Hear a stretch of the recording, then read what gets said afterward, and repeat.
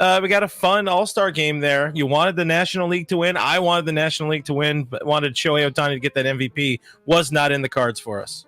Yeah, I mean, we were talking just before we came on. It looked like a couple hours ago we were going to have ourselves a great post-game show. Shohei Ohtani hits a 3-run homer, an absolute missile to right center field. The National League is winning. We're thinking, man, Ohtani hits a home run, wins the All-Star Game MVP right after Teoscar Hernandez wins the Home Run Derby. We're cleansing out all the bad Dodgers vibes of the last week, Clint, and then the National League pitching had to go and ruin it. It did make it feel a little bit better to see a Giant getting his butt kicked out there, but you know, it's just another tough loss for the National League. It's fun to, you know, just see all these guys on the same, like, playing field, to see Skeens go against Judge, to see Ohtani out there against the best pitchers. I mean, that's the type of thing that you don't get to see all that often. The Dodgers have, like, routinely 5 or 6 dudes representing this team at the All-Star game each year. Yeah. Somehow they have not had a homer in 28 years. A Dodger player has not had a homer in 28 years. Of course, it was going to be Shohei Ohtani, and of course, it was going to be an absolute show bomb, 400 feet.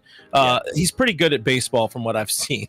League All-Stars once again. After breaking the streak last year and beating the AL, they went back to losing to the AL. However, this time it was not us talking about which Dodger pitcher gave up the runs or how Dodger hitters didn't contribute much to the game.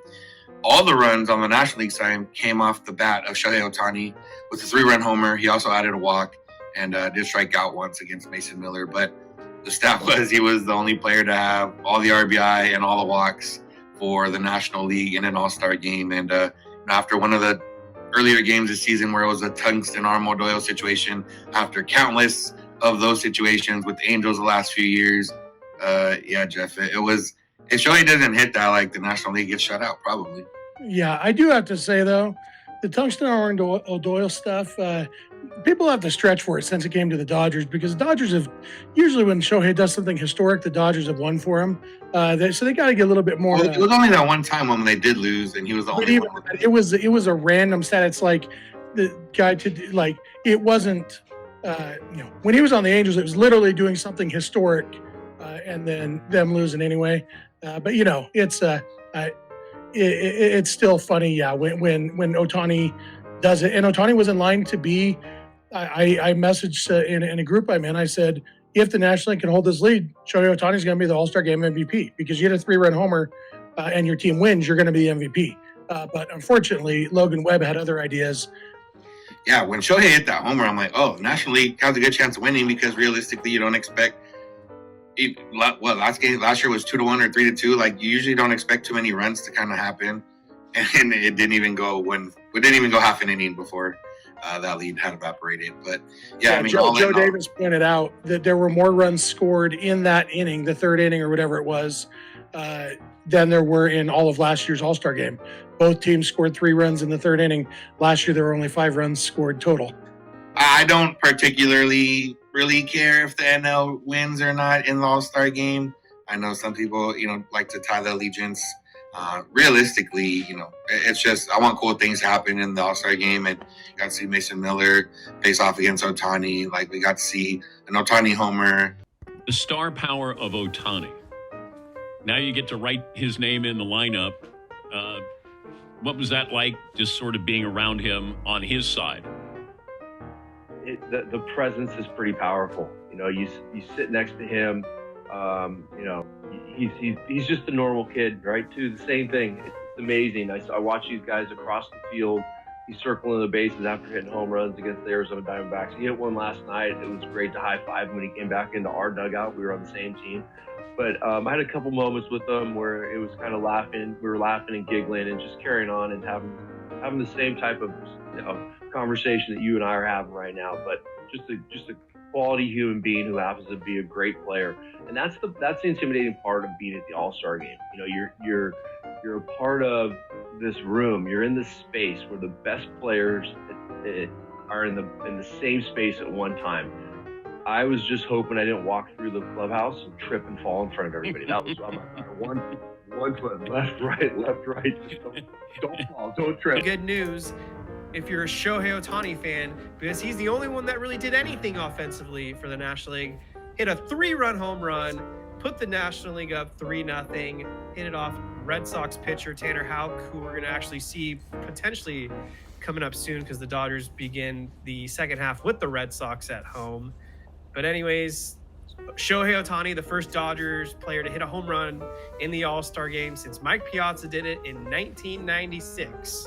So let me pass it over to my co-host, Jake Reiner. Shohei Ohtani loves a big stage, and he crushed that ball off of Tanner Houck, like just absolutely destroyed it. And the cool part about that home run was that they were in the middle of interviewing Aaron Judge and Juan Soto. They had them mic'd up in the field, and Joe Davis asked Aaron Judge about Shohei Ohtani, and Aaron Judge kind of teed it up perfectly. He was talking about how amazed he is by his talent, how he hits these balls, just these rocket home runs, 115 miles per hour off the bat. And then boom, as soon as he ended his sentence, that's when the ball left the yard. It was a no doubt about it shot. And I thought at that point that the National League was going to go on to win this game. And then Logan Webb happened. He came out and just coughed everything up. And then the National League never scored again. You don't do a podcast appearance or radio show appearance without being asked about Shohei Ohtani. And I'm going to ask you a little about Shohei Ohtani, the biggest star in the sport right now. One, what's it been like to just be around him in the clubhouse? And just what do fans see that he's like just around his teammates? I mean, he's this larger-than-life figure, but, I mean, is he one of the guys when he's around you? The thing is, like, it's so hard for me to, like, looking at him as an external, like, as a fan or something like that, because I'm seeing Shohei Ohtani as my teammate right now. I need stuff from him. He needs stuff from me for this team to be good, you know? Yeah. I mean, we all know that knowing that we're going to have 5 at-bats of Shohei Ohtani every single day put us in a really good position. And obviously, I'm enjoying every single time that he walks to the plate because he's one swing away of putting a ball 480 feet, you know, and putting us ahead, like, by 3 runs. Because that's the, like, capacity that this guy has every single time that he goes to the plate. Or he can actually walk, steal second base, and then score in a hard hit. So he can be Shohei Ohtani, and that's why everybody loves him, right? And when having even see the pitching side, and he's working really hard to come back next year and be the complete package that we all know we got, the team got. So it's really good. It's really fun. It's a privilege to be playing with him, but he's a normal human being that he's enjoying his time with his new teammates. I'm so happy to see him like smiling around the bases yesterday when he hit that home run. He was doing the celebration. Yeah.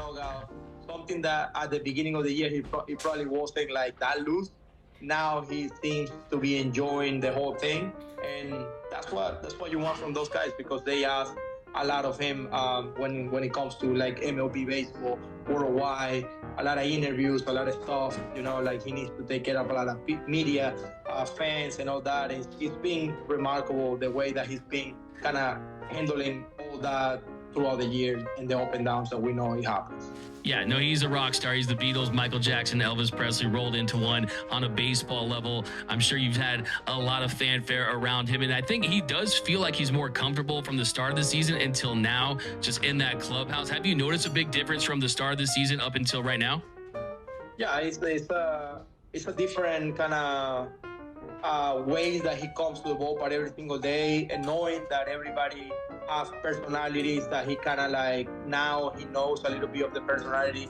We see him in interviews telling that Kike is the most funny guy, and at the same time he will never like let Kike watch his kids or something like that. Yeah. So that's something that is really fun, because at the beginning of the year you ask him that and he have no clue who he's playing with. So now that we have a half year under our belt, he got a pretty good understanding of who he's playing with, who's the guy, who's this guy, who's that guy, and he's being more kind of open to a lot of us, and it's really nice to see, because I mean, he's the biggest star of the game, and I already proclaiming the GOAT of baseball, because it's really hard to see what he's doing day in, day out, on any other play. Absolutely. Biggest star in the sport. You mentioned next year he's going to be pitching.